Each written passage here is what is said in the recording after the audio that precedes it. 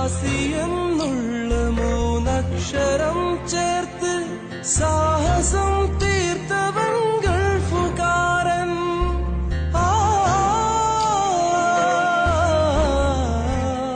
പ്രവാസി എന്നുള്ള മൂന്നക്ഷരം ചേർത്ത് കൃഷ്ണേട്ടാ ഒന്നൂടെ വന്നേ. നമ്മുടെ കോയക്കാട് മോള് ഒരുത്തനെ കൂടെ ഒളിച്ചോടി പോയെന്ന്. പടച്ചോനെ, എന്നിട്ട് നാട്ടിന്ന് സുബൈർ വിളിച്ചതാ.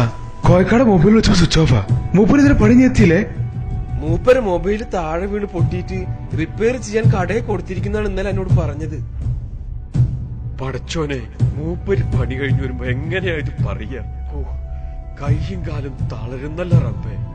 ഞാൻ പോണു കൃഷ്ണേട്ടാ. എനിക്കിത് കോയക്കാട് പറയണം മനകരത്തില്ല. വാട്സപ്പില് ഫോട്ടോവും മെസ്സേജും വന്നു. ഈ നിക്കുന്നവന്റെ കൂടെ പോയത്. എന്തൊരു കഷ്ടാന്ന് നോക്കിയേ, പാവം കോയക്ക. ഈശ്വര, എന്താ കസുനുള്ള മനുഷ്യനാ. എങ്ങനെയായിട്ടൊന്നും നമ്മ കോയക്കാനോട് പറയ ജബ്ബാറെ? എനിക്കൊരു പിടുത്തവും കിട്ടുന്നില്ലല്ലോ.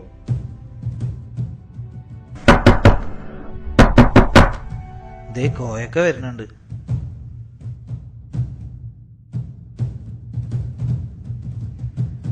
അസ്സലാമു അലൈക്കും.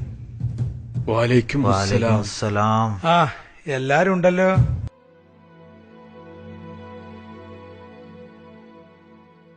എന്താന്നറിയില്ല, മനസ്സിനും ശരീരത്തിനും വല്ലാത്തൊരു ക്ഷീണം. മൊബൈൽ കേടായത് കാരണേ നാട്ടിലേക്ക് വിളിച്ചിട്ടുമില്ല. നമ്മുടെ മുഹമ്മദ് കുറച്ച് പൈസ തരാന്ന് പറഞ്ഞിരുന്നേ. ഇന്നാ കിട്ടിയത്. അവൻ 6 മാസം കഴിഞ്ഞിട്ട് കൊടുത്താ മതി. എന്റെ മോളെ കല്യാണത്തിലുള്ളത് പെറുക്കിക്കൂട്ടി വെക്കുക. ദാ ഇതിലുണ്ടാകും 1000 1100 ഉറുപ്പിക. കഴിഞ്ഞ പ്രാവശ്യം കുടുക്ക പൊട്ടിച്ചപ്പോ മോൾക്കൊരു മാല വാങ്ങിയതാ. എന്താടാ നിങ്ങളാരും മിണ്ടാത്തെ? കൃഷ്ണ, നീ ഇങ്ങനെ അല്ലായിരുന്നല്ലോ. നീ പറയ ജബ്ബാറെ, എനിക്ക് വയ്യ. എന്താടാ ജബ്ബാറെ, നിനക്ക് കാശ് വല്ലതും കടം വേണോ? ദാ ഇത് പിടി, 1000 ഉണ്ട്. നീ പിന്നെ തന്നാ മതിയടാ. കൃഷ്ണേട്ടാ, നിങ്ങള് പറ. അത് പിന്നെ കോയക്ക, നിങ്ങൾ കുടുംബത്തെ എത്രമാത്രം സ്നേഹിക്കുന്നുണ്ടെന്ന് ഞങ്ങൾക്ക് നന്നായിട്ട് അറിയാം. ഞാനിത് പറയുമ്പോ നിങ്ങൾ വിഷമിക്കരുത്. എന്താ കൃഷ്ണ, നീ തെളിച്ച് പറ. കോയക്കാട് മോള് ആരുടെ കൂടെ പോയി കോയക്ക? നാട്ടിൽ നിന്ന് ഫോൺ ഉണ്ടായിരുന്നു. അഷ്റഫായി ഇവിടെ വന്ന് പറഞ്ഞത്. എന്താടാ കൃഷ്ണ നീ എന്തായി പറയുന്നത്?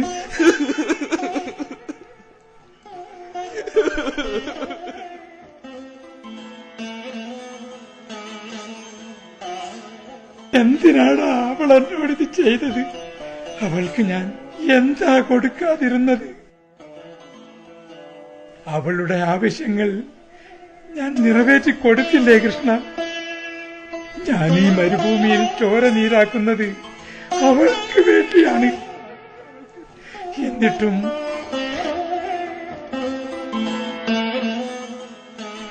യാ അല്ലാഹ്. കോയക്ക, നിങ്ങൾ സമാധാനായിട്ടിരിക്കും. മനസ്സ് വേദനിപ്പിച്ച് വെറുതെ അസുഖം കൂട്ടണ്ട. കാക്കയും പരുന്തും കൊത്താതെ നിങ്ങൾ എത്ര പൊന്നു പോലെയാണ് നിങ്ങളെ മോളെ നോക്കിയെന്ന് ഞങ്ങൾക്ക് നന്നായിട്ട് അറിയാം കോയക്ക. വിധി അല്ലാതെ എന്തെന്നാ പറയാ? ഭൗതിക സുഖങ്ങളുടെ പിന്നാലെ ഓടുന്ന ഈ പെൺകുട്ടികള് പടച്ചോനെ മറക്കുക, സ്വന്തം ഉമ്മാനെയും ബാപ്പാനെയും മറക്കുക. ഇനി നാട്ടുകാർ മുഴുവൻ കുറ്റം പറയുന്നത് ഈ പാപം ബാപ്പാനെ ആയിരിക്കും. എന്തൊരു കഷ്ടമാ മക്കളേത്. ഇതേ ഇവിടത്തെ ചൂട് തട്ടിയ അവള് വളർന്നത്. ഓരോ തവണ ലീവിന് പോകുമ്പോഴും ഉടുപ്പും കളിപ്പാട്ടങ്ങളും പെട്ടി നിറച്ചും കൊണ്ടുപോയിരുന്നു ഞാൻ. ഇത് കണ്ടോ? കയ്യിൽ കിട്ടുന്ന ഓരോ ദിർഹവും ചിലവാക്കാതെ ഞാൻ അവൾക്ക് വേണ്ടി സമ്പാദിച്ചതാ. ഞാനൊരു കുപ്പൂസ് പാക്കറ്റ് വാങ്ങുമ്പോ മക്കൾക്ക് വേണ്ടി സമ്പാദിക്കുകയെന്ന് പറഞ്ഞ് നീ എന്നെ കളിയാക്കാറില്ലേ കൃഷ്ണ? എന്റെ ഭാര്യ, അവളെ ഒരിക്കലും ഞാൻ കുറ്റം പറയില്ല. അവൾ എത്ര സൂക്ഷ്മതയോടെ ജീവിച്ചതെന്ന് എനിക്കറിയാം. മക്കൾ ഇങ്ങനെയായാൽ എന്താണോ ചെയ്യുക? കുറ്റം മുഴുവൻ മാതാപിതാക്കൾക്കല്ലേ?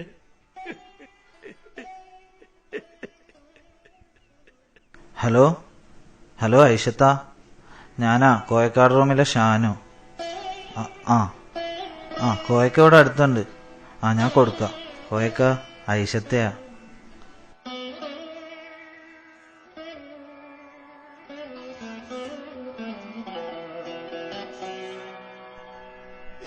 ഹലോ ആയിഷ, കരയല്ലേ ആയിഷ, കരയല്ലേ. അവള് പോയി അല്ലേ? ഈമാനുണ്ടായിരുന്നാലും തെക്കുവയില്ലാത്ത മനസ്സിലേക്ക് ഇബ്ലീസ് പെട്ടെന്ന് കയറും ഇല്ലേ ആയിഷ? ആയിഷ, നീ എന്താ ഒന്നും പറയാത്തത്?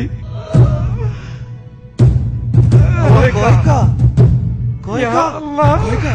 കോയക്ക, ഷാനു, നീ പെട്ടെന്ന് വണ്ടി എടുക്ക്, നമുക്ക് ഹോസ്പിറ്റലിൽ എത്തിക്കാം. അടച്ചോനെ. കോയക്ക, കോയക്ക, കോയക്ക.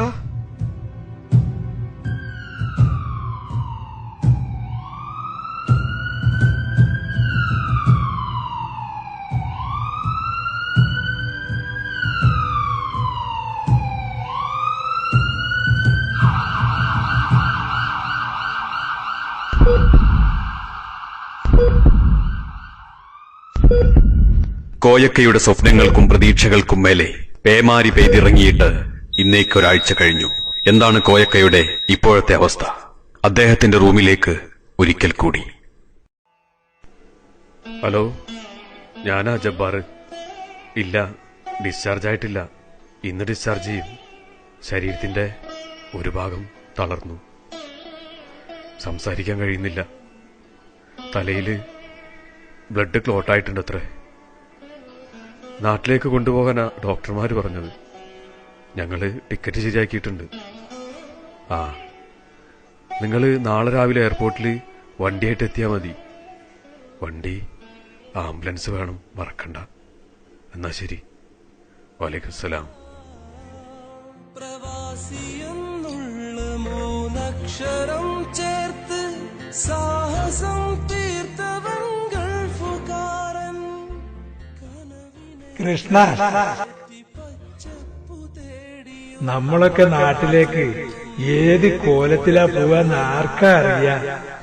കുടുംബത്തെ നോക്കാൻ കുടുംബജീവിതം കളയുന്ന മണ്ടന്മാരല്ലേ കൃഷ്ണ നമ്മള്? ഒടുവില് കുറെ അസുഖങ്ങളുമായി നാട്ടിലേക്ക് എത്തുമ്പോ നമ്മളെ ആർക്കും വേണ്ടടോ. ഇത്തവണ നാട്ടിലേക്ക് പോകുന്നത് മകളുടെ കല്യാണത്തിനാ. കടം വീട്ടാൻ തിരിച്ച് വന്നല്ലേ മതിയാകൂ. എല്ലാം ശരിയാവും ഇൻഷാ അല്ലാഹ്.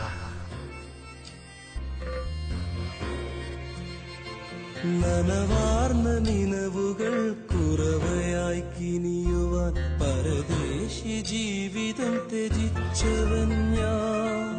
ചുട്ടെഴും മരുവിന പ്രവാസ ജീവിതത്തിന്റെ പച്ചയായ ഒരേട് നിങ്ങൾക്ക് മുന്നിൽ സമർപ്പിച്ചപ്പോൾ കണ്ണു നിറഞ്ഞാലും കൽബ് കരഞ്ഞാലും ഒരു തിരിച്ചറിവ്, ഒരു ഓർമ്മപ്പെടുത്തൽ നിങ്ങൾക്ക് നൽകിയെന്ന സംതൃപ്തിയോടെ കൽബേ കരയാതെ ഇവിടെ സമാപിക്കുന്നു.